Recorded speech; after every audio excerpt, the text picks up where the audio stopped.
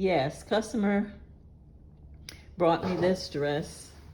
Actually, they had it made in Ghana, and they did not like the black that they put in the sleeve, and then the sleeve really was too tight.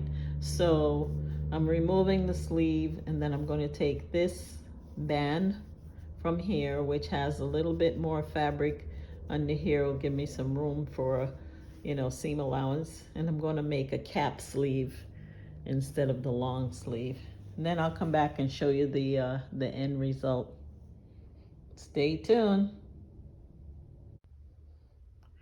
So here's the dress that had the black sleeve on it, and I went ahead and removed the sleeve and installed the cap sleeve as she wanted. I think it's going to be quite cute.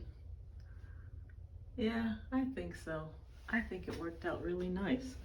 And then with the little ruffle at the bottom, it's going to be, I think it'll be quite cute.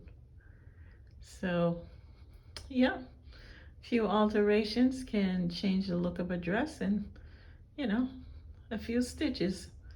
So thank you for watching. Bye.